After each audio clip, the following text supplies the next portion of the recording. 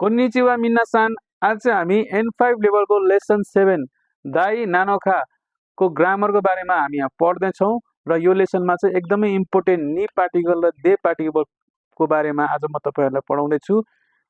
धेरै Japanese language पढ्ने स्टुडेन्टहरूले चाहिँ यो नि पार्टिकल र दे पार्टिकलको बारेमा एकदमै झुक्किनुहुन्छ, उहाँहरूले एकदमै मिस्टेक गर्नुहुन्छ र सोधिरहनुहुन्छ नि पार्टिकल कस्तो ठाउँमा लगाउने सेन्से, दे पार्टिकल कस्तो ठाउँमा लगाउने भनेर चाहिँ उहाँहरू एकदमै धेरै झुक्किनुहुन्छ। त्यसकारण मैले तपाईहरुलाई नि पार्टिकल र दे पार्टिकलको बारेमा आज यहाँ लेखेर तपाईहरुलाई म बुझाउँदैछु। कृपया भिडियोलाई अन्तिमसम्म हेर्नु होला। ल सर्वप्रथम चाहिँ इचिबानमा नि पार्टिकलको बारेमा पढाउँदैछु, ध्यान दिनु होला। नि पार्टिकलको चाहिँ नेपालीमा अर्थ लाई, बाट, सँग भन्ने अर्थ दिन्छ। यो चाहिँ कस्तो बेलामा लाग्छ भने यहाँ अरूले आफूलाई केही गर्छु अथवा अरूलाई आफूले केही गर्छु भन्दा अरूको पछाडि नि पार्टिकल लाग्छ। ध्यान दिनुस् है।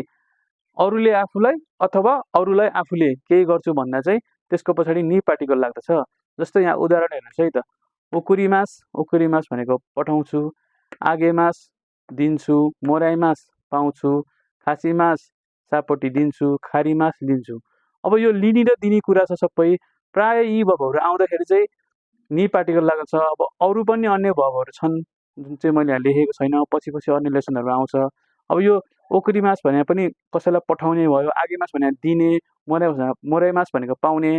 अब यो कसैलाई दिने अथवा आफूले पाउने कुरा भएको भएर यहाँनिर चाहिँ प्राय नि पार्टिकल लाग्छ।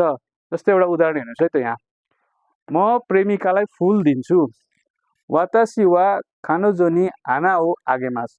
अब यहाँ कसले कसलाई दियो भने त वातासी वा मैले प्रेमिकालाई, खानोजो नि प्रेमिकालाई पाउने हो, त्यसैले यहाँ खानोजो नि पार्टिकल लाए। प्रेमिकालाई भन्दाखेरि चाहिँ नि पार्टिकल लायो।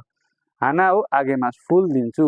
अब प्रेमिकाले चाहिँ मलाई फुल दिन्छु भन्दाखेरि खानुजो वा वातासी नि हाना हो आगेमास हुन्छ। बुझ्नु भएको छ नि। कसैले पाउने भयो कुरा हो, त्यसैले खानुजो नि, यहाँनिर प्रेमिकाले पाउने भयो त्यसैले प्रेमिकाको पछाडि चाहिँ नि पार्टिकल लायो। यो चाहिँ नि पार्टिकलको बारेमा हो। अब निबानमा हेर्नुहोस् है त। निबानमा छ दे पार्टिकल। दे पार्टिकलको चाहिँ नेपालीमा अर्थ हुन्छ द्वारा, बाट, ले, लै भन्ने यसले अर्थ दिन्छ। र यो कस्तो अवस्थामा प्रयोग हुन्छ भने यहाँनिर मैले लेखिदिएको छु, पढ्नुहोस् है त। कुनै पनि वस्तु अथवा साधनले केही काम गर्छु भन्दा है। अर्को कुनै पनि भाषाले केही काम गर्छु भन्दा। अर्को कुनै पनि ठाउँमा केही काम भइरहेको छ भन्नुपर्दा। र अन्तिममा यातायातको साधनले केही काम गर्छु भन्दा। यी सबैको पछाडि दे पार्टिकल लाग्दछ। यो पोइन्टहरू सम्झिनुहोस् है त। देमा चाहिँ के हुन्छ भने दे भएपछि त्यहाँ काम भएको हुन्छ। कुनै पनि साधनले केही काम गर्छु भन्दा, कुनै पनि भाषाले, कुनै पनि ठाउँमा केही काम भइरहेको छ भन्नुपर्दा र यातायातको साधनले केही काम गर्छु भन्दा चाहिँ यी सबैको पछाडि दे पार्टिकल लाग्छ। जस्तै अब यसको यहाँ उदाहरण पनि छ, हेर्नुहोस् है त। यहाँ के भनेको छ भने म बसबाट स्कुल जान्छु, अथवा यहाँ बसद्वारा स्कुल जान्छु नि भन्न मिल्छ है।